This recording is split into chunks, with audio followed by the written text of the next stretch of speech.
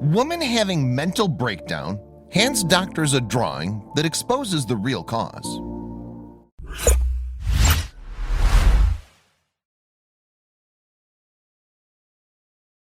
But before we start, please give the video a like and make sure to subscribe to Wonderbot and hit the bell so you'll never miss any uploads from us. Thanks to developments in modern medicine, we can live healthier, longer lives than ever before. But that doesn't mean medical professionals are perfect. Even the most skilled physicians and nurses can improperly diagnose a condition. If that happens, the consequences can be grave. When Susannah Cahalan was hospitalized for insanity, she had no idea that she was about to face the fight of her life.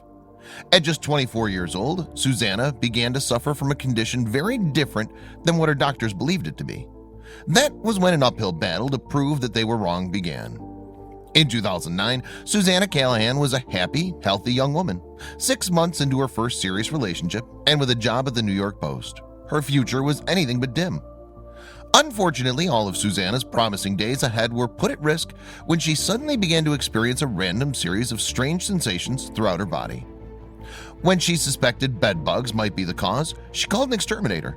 However, the possibility of creepy crawly creatures causing her health woes was quickly ruled out when the exterminator found no evidence of them. Over time, Susannah started to experience more paranoia, hallucinations and seizures so severe that it eventually got to the point where she was unable to work. She was lethargic and in serious distress.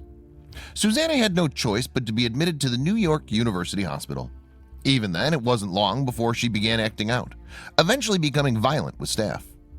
Susannah would later compare this period of her life to something out of a zombie movie. She wasn't acting like herself and was frequently aggressive toward everyone. Even her friends and family felt threatened. Judging from her highly uncharacteristic behavior, Susannah's doctors believed that she was on the verge of a mental breakdown. They eventually suggested that she be transferred to a psychiatric facility. But before she could leave, one man made an unusual suggestion. Dr. Suhail Najjar decided to take a deeper look at Susannah's condition. As much as this seemed to be a mental issue, he wasn't convinced that the cause was as straightforward as a nervous breakdown.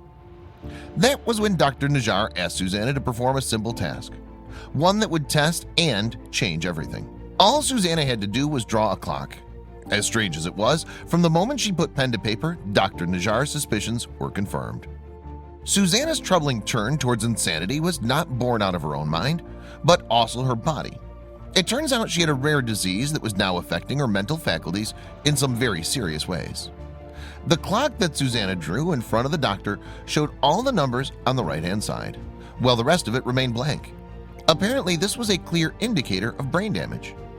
Soon after the drawing, Dr. Najjar diagnosed Susannah with anti-NMDA receptor encephalitis, a rare condition that causes the immune system's antibodies to attack the brain.